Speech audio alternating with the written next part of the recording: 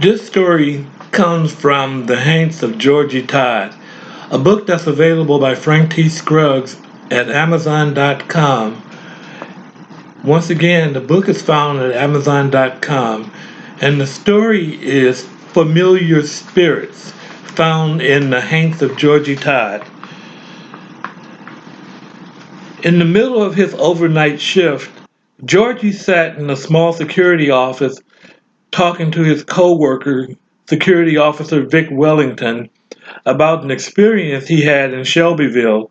He said, "Vic, about 5 years ago, I mentioned to a friend of mine who worked for the federal government that I wanted to spend a weekend fishing. He told me he could let me have full use of his cabin in Shelbyville, where the fishing at Lake Shelbyville was great. I had looked forward to that weekend, which finally came in mid-March. Paying for a new fishing license, which would be good until October of the same year, I left for Shelbyville, which was about a 4-hour drive just south of here.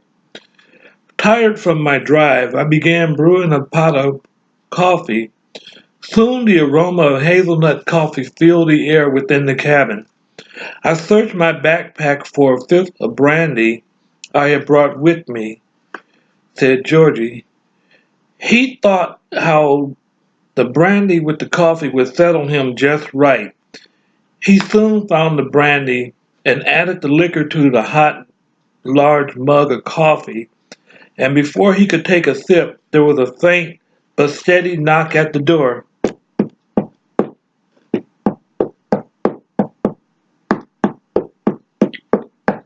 Opening the door, there sat a very small, very tame kitten.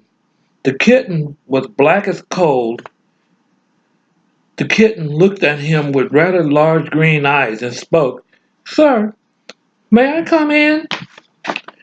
As you can see, it's beginning to rain, and it's beginning to get a bit chilly out here since the sun has gone down," said the kitten. The charming kitten looked sweet and had a very pleasant, irresistible personality that was quite disarming. "Come on in," said Georgie. "Stay if you need, and wait on Big Boy."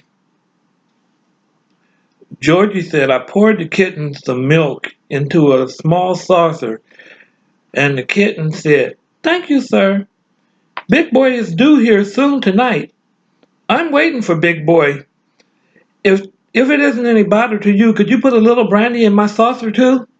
It'll warm me up a bit," I promptly replied by pouring a shot glass full of brandy into the saucer of milk, which the kitten began to greedily lap up. Continuing his story, he said, feeling a bit hungry, I looked around. I began looking around the kitchen for something to eat. I found a loaf of French bread in the cabinet, some macaroni, and a large half moon of cheese in the refrigerator. In in the refrigerator there also was some trout, which I decided to pan fry, as I had started making some macaroni and cheese. As the aroma of fish, macaroni and cheese, and the hazelnut coffee mingled together, it created a hunger-inducing atmosphere within the cabin.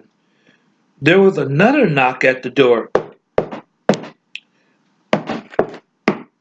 Opening the door, a rather large, full-grown black cat, who also was coal-black but whose green eyes had a somewhat eerie glow, ignoring what he figured was the light from the cabin and the roaring fireplace's light creating some sort of optical illusion. Georgie listened as the cat spoke. "Sir," said the large black cat, "may I come in and warm and dry myself in your cabin? I have journeyed a long way. I'm here to see Big Boy tonight. He's supposed to be here sometime. I'm also somewhat hungry. If you could spare a little food." Georgie didn't mind sharing some of his dinner with both cats. He said, "I was also very impressed with the manners of both cats. I fixed a plate of fish and 2 more small saucers of milk and brandy for the 2 cats. Me and the 2 black cats sat at the table enjoying the meal when there was another knock at the door. I saw the 3rd black cat was quite wet, but what startled me was the size of the cat. The 3rd cat was bigger than a full-grown German Shepherd dog. The big black cat asked, "May I come in, sir? I'm wet and cold and need to dry myself and warm myself before Big Boy gets here. He's due here tonight." Feeling a lot more apprehensive and guarded, I nodded and decided I would have to watch this black cat. The large black cat stretched out by the roaring fire and took a nap as he let his fur dry and warmed himself. About uh, After about a 30-minute nap, I asked the largest of the trio of black cats if he would like some fried fish and milk.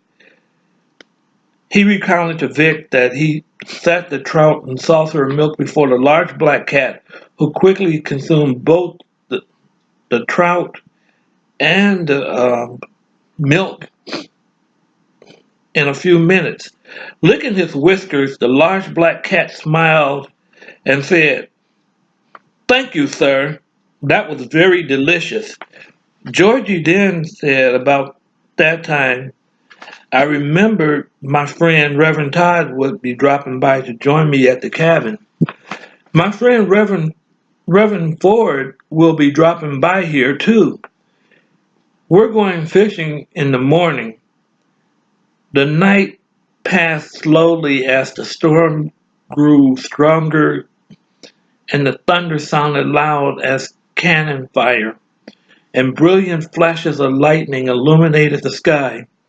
Soon hail pounded against the window and sounded loudly against the tin-roofed cabin. Close to midnight, as the rain fell hard, there was a loud noise on the roof. So getting up from the table to investigate, the large figure of a 6-foot mannish image suddenly took me aback. Vic, I swear, a 200-pound black cat fell down the chimney into the roaring fire of the fireplace, scattering hot embers all around the front room. Rising and walking on 2 legs, stood in the doorway. The black werecat walked into the room, pours himself a large mug of piping hot fish grease, drank it down, wiped his behind with the steel hot embers from the fireplace, and sat down at the table. I said, "I assume you must be Big Boy Sit." I said, "No, I'm waiting for him too, like my friends over there," said the large black werecat, pointing at the trio of black cats huddled together. Incredulously, the large werecat took a look at me with fierce red glowing eyes, displaying large sharp fangs as he spoke. "How could you mistake me for Big Boy?" asked the cat. Trying not to show any fear, I grabbed my car keys and backpack and told the large werecat, "I'm leaving for a while, so just so you know, I'd rather not meet Big Boy if you're not him. I don't think I want to hang around to meet anyone like him either." I decided to walk away, and I walked out into the stormy night, got into my Chevy Impala, and drove off. Vic tried not to seem judgmental and said, "I've seen some things too, Georgie. Just let me finish up my rounds and I'll tell you about some Haints I've seen too." Walking out through the rain for about 45 minutes, Reverend Ford finally located the cabin deep in the Shelbyville woods. He and Georgie were to go fishing that weekend. Cold and wet from his walk in the forest during the sudden early spring storm left him in a foul mood. His car stalled when he tried to drive the automobile across the flooded access road that led to the cabin area. Almost unprepared for the impromptu hike, Reverend Ford retrieved an army surplus store poncho and large flashlight to find his way. Neither item did much to keep him dry. End of part 1.